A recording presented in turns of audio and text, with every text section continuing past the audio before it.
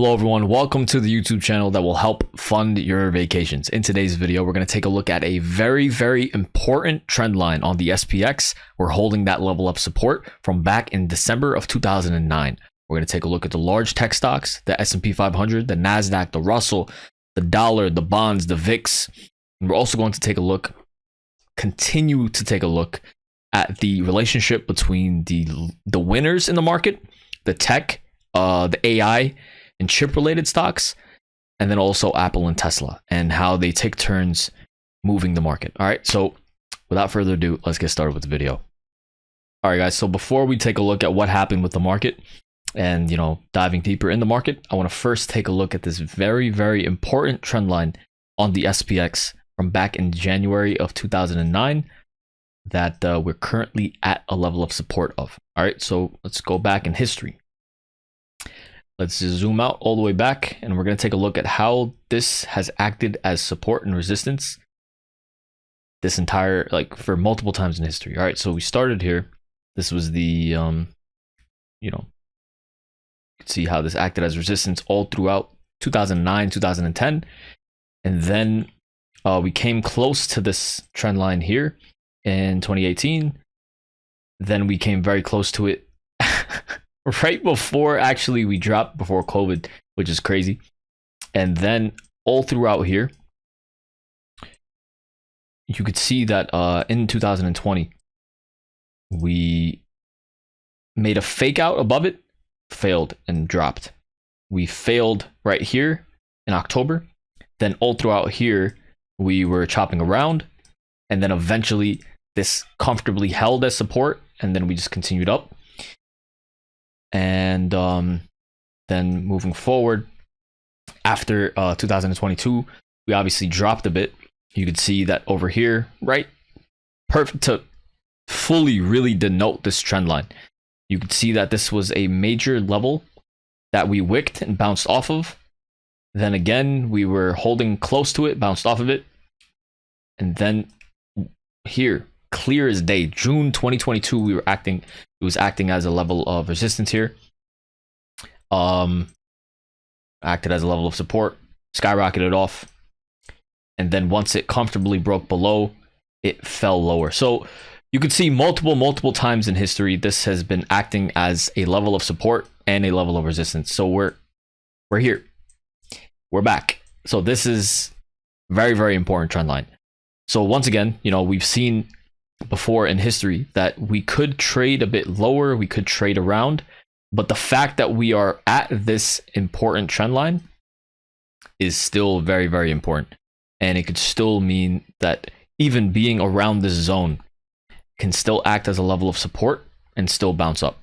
So below this level is obviously the 4,800 level, 4,818 level. But we bounced pretty comfortably off it. So let's see what happens. All right, so that's the chart for the SPX I want to show you guys. Next, let's continue on with the rest of the video. All right, so the VIX. VIX is one of the reasons why I was bullish on the market today. The VIX is important because it gives an inverse relationship to the market. And so when the VIX is going up, obviously that's very bearish for the overall market. So what we did yesterday was the VIX was up almost 15% intraday, and it closed over 10% green. So when that happens, it is very rare that the VIX will have another green day. So if it doesn't have another green day afterward, that means it's going to have a red day, right? So if the VIX has a red day, then that is generally bullish or green for the overall market. So very simply, right, the VIX had a big green day. Automatically, I'm thinking to myself, the VIX is not going to have a green day again tomorrow. So it's going to have a red day. So with this red day, because it has an inverse relationship to the market, when the VIX is red, then the overall market, the stock market, the SPY, the stocks will be green. That's exactly what ended up happening today. And we can clearly see that the VIX failed, dropped lower. This is not a bullish move here at all. So we can continue to fall lower. Honestly, so the VIX did fall right to 1850. Basically held above $18, which is still technically support, right? But this is not a good candle. Like, you don't want to see, this is not like an automatic reason to become bullish, but we did hold support, unfortunately. So it's tough to say which direction the VIX is going to move. This is not bullish though. All right, next, let's take a look at the dollar and the yields. All right, so the dollar was also another reason why I was pretty bullish today, because we were looking at this doji candle. And once again, zooming out, the dollar has an inverse relationship to the market as well. When the dollar is doing well, then that is bearish for the overall market. So what we were looking at was on Tuesday, this candle is very, very bearish. This is not a good candle. And today, obviously, like, we did close above this uptrend level, but that was a very, very disgusting indecision reversal potential candle at the top. And I was like, that's not really that's not bullish, right? So then today we saw some follow through to the downside. So this is not, once again, this is not a bullish situation here for the dollar. This is leading to some more weakness, in my opinion. This should fall lower, but we are holding above support technically on the dollar. So far we know that the VIX and the dollar are showing very bearish setups, but technically they're holding above support. Okay, so there's that for the dollar. Next, we should take a look at the bonds. The bonds are bouncing. They were very, very overextended to the downside today, and they're bouncing. So the bonds are important because they have a bit more correlated relationship to the market. So if the bonds are doing well and the overall market is also doing well, the correlation hasn't been that heavy, but this should be a pretty potentially bullish move on the bonds. We should get another green candle. What I really want to see is a nice comfortable break above prior levels of resistance for a nice move to the upside. And if we continue to move to the upside on the bonds, it should be good for the overall market and stocks. All right, next we should take a look at the yields. All right, so the 10-year yield clearly is not bullish. This is not a bullish setup, and the yields are important to look at because they have an inverse relationship to the market as well. So if the yields are strong, then the overall market should be falling. The yields, this is a bearish candle. This is disgusting, ugly, bearish. We should have another red day, in my opinion, on the 10-year yield. That's what the 10-year yield is showing. Let's look at the 2-year. 2-year yield. Not that bullish, right? Not that bullish, but it's holding above a level of support, technically. 5-year yield, very similar to the 10. Doesn't look too enticing. 10-year yield, sorry, we looked at that already. 20-year, disgusting. And the 30-year, also disgusting. So the yields, the dollar, and the VIX all look pretty bearish, which is bullish for the market, technically. Okay. Next, I want to take a look at the large tech stocks, because we saw some strength out of Apple. We saw some strength out of Tesla, really. And let's take a look at that. All right, guys. So this is more of like an explanation of tech rotation of what's going on right now. So yesterday we saw Google, Nvidia, and the chips, which AI companies, right, basically are the leaders of the market. But then yesterday we saw that they took a pause. And while they took a pause, we saw Apple and Tesla holding support. So my thought process and what I've been saying, and basically what's been going on with the market for about like 2 years now, is Apple and Tesla are sort of, maybe for like the past year, but Apple and Tesla has been sort of in their own basket. But then the other tech stocks that get some sort of innovation would lead. Apple and Tesla would be laggers. And once those winners sell off a bit, then the winnings go into Apple and Tesla.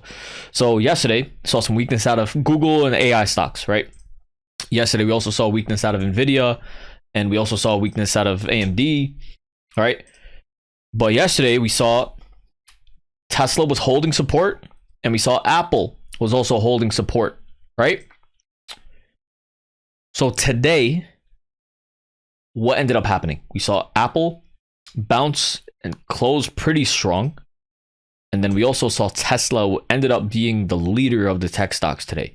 So Tesla was very, very strong today, clearly. And that had a lot to do with the money funneling out of the winners and into these stocks. So that is currently what's going on with the market. So let's just, look at the rest of the market now. So Google clearly showing some strength.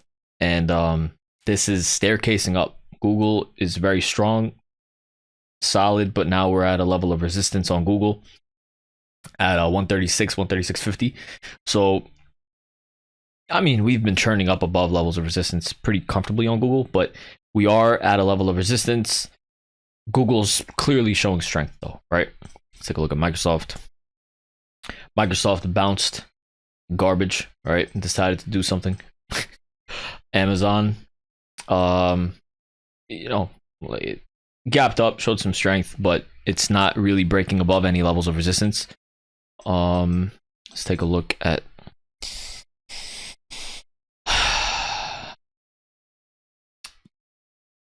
next. Let's take a look at Meta. Meta is clearly showing some strength, but this 308 level has been acting as resistance for a very long time. So we need to see if it can finally break above that on Meta.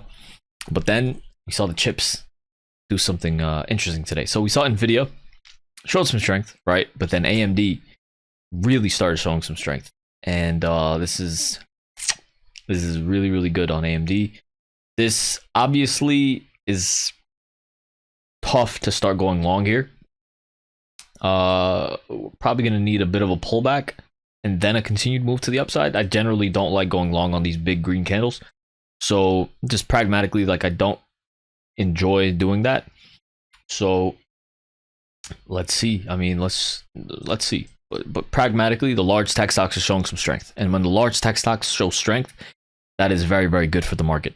And especially, once again, guys, when the SPY is showing weakness or it's at a level of support, as long as the large tech stocks are showing strength, then you have to be bullish.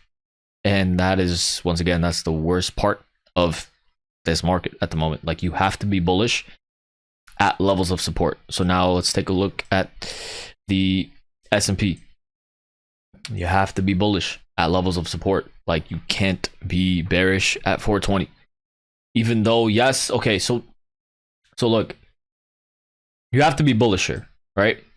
Bounces, we're at a level of resistance now. It makes sense to go short at these levels of resistance if you're bearish, right? But me, I've been wanting to buy the dip. We've been buying the dip. And yeah, we are now, I just really want to drill it into your head that when we start touching levels of support, that is the worst time to go short. So you have to be patient, wait a few hours, wait a day or two. If you're bearish, wait for a bounce. If you're bearish, right, the move to the downside is not going anywhere. But if you short support, then you're begging to lose money. But unfortunately, the way that the market and everything is set up with tech showing strength, with just the overall market at levels of support, I have to go long. So that's basically what's going on right now. And the main level of resistance for tomorrow. So there's two main levels of resistance. I'm going to show you them. So number one is this trend line on the SPY at 426.30. Number two, here is where things get pretty interesting. So this is another trick of mine. You can make a fib from the most recent highs to the most recent lows. And when a new low is formed, right, from that low, we almost always hit the 23.6% fib. So that is now a very, very major level of resistance and something that I really, truly think that we should end up touching without making a prior low. So I really think that we should touch 427.47. So let me just give you guys a quick example of what ended up happening before we made this low using this same fib strategy. So same high, right? actually, sorry, 1 second. Regardless, so this, even if we were to do it from here, right? Let's take a look at this first. So recent high to most recent low, we wicked, right? The 23.6% fib, we ended up touching it the next day. So that, remember, we were talking about the 23.6% fib and how it's very likely that we would also touch the 38.2% fib, but we didn't end up touching that, right? But we did touch the 23.6. So very similarly, I do think we're going to end up touching the 22.6, which would put us, let me just erase this now. And if we do the same concept from September 14th to the low at September 27th, even then, I mean, it still holds true, right? It's still the same concept. So now taking it from the highs of September 14th to the lows of yesterday, that gives us the upside target to the 23.6% fib of 427.47. If we end up making another low without touching this 23.6% fib, I would be very, very shocked. I'd be very, very shocked. That would show extreme, just that amount of weakness generally doesn't even happen. So even when we're in a huge bearish environment, when we're dropping like monstrously, right, we still end up getting bounces to these 23.6% fibs intraday. So yeah, I'd be very shocked if we don't touch this level. But regardless, you know, let's see. We need to still break above this trend line. This is, you know, this pop to the upside was a blessing for bears. So now we need to see, you know, the dollar, the VIX, the yields are all looking bearish, but some of them are at levels of support. This is basically, this trend line is going to be an amazing opportunity for people to short. And then this 427 level, which is the next main level of resistance, is also going to be an amazing level to short. But yeah, I'm excited to see what ends up happening with the rest of the market. The NASDAQ clearly broke and closed above the uptrend level again. And the main level of resistance now for the NASDAQ is going to be the 361.64, 38.2% fib that we've failed to close above multiple times. So we need to see if we can continue and finally close above that level with some strength. Ideally, we close comfortably above 363, but that is going to be the level of resistance for tomorrow. And yeah, with tech showing this strength, hopefully it continues to show this strength. That strength will permeate into the SPY, and then eventually it will also show in the IWM. So the IWM, pragmatically, is still showing some bearish momentum. It's definitely showing some bearish momentum. But whether you like it or not, this is a bullish reversal candle. It's not the best looking candle because the sheer amount of just bearish momentum, like, it's clearly there. Like, I'm sure you feel it. I'm sure you can see it by just looking at the chart. But this is a bullish reversal. And I was saying, even if we did touch around 171 to 172, I think that 177 to 178 is still on the table, and we should touch it. And I'd be pretty shocked if we don't, to be honest. But let's see if we skyrocket to the upside. We had a big day in the NASDAQ today. Let's see if the IWM can show some strength as well. But aside from that, you know, that is basically it. You know, I hope this made sense. And you know, just to look further into this is a falling wedge, right? So usually when we do break below the falling wedge, and if we hold support, this ends up being a huge move to the upside. And then this break could potentially just be a bear trap, because tons of people are starting to go short, but we're holding this support, and we're ending up making a bullish reversal. So while this is going on the IWM, The SPY and the NASDAQ are still showing strength, and they're holding above support. So it's interesting. It's interesting, the dynamic of everything that's going on with the market. So I hope you guys enjoyed today's video. Please make sure to like, comment, subscribe, do all that good stuff, and I will see you guys bright and early tomorrow morning. Thank you.